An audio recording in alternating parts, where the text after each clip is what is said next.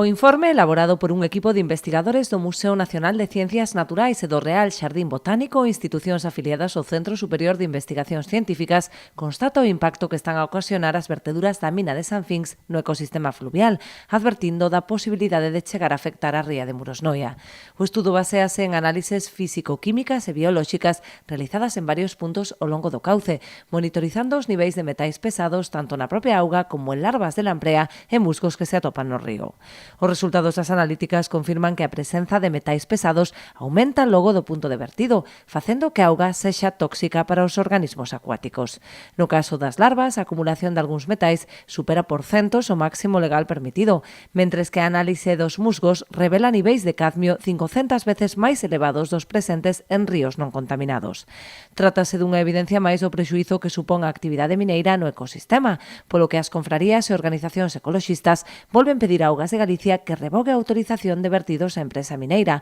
que incumpre ademais os condicionantes establecidos para a súa concesión. O informe tamén foi remitido ao xulgado de Noia, que instrúe a causa aberta contra a empresa mineira por presuntos delitos contra o medio ambiente.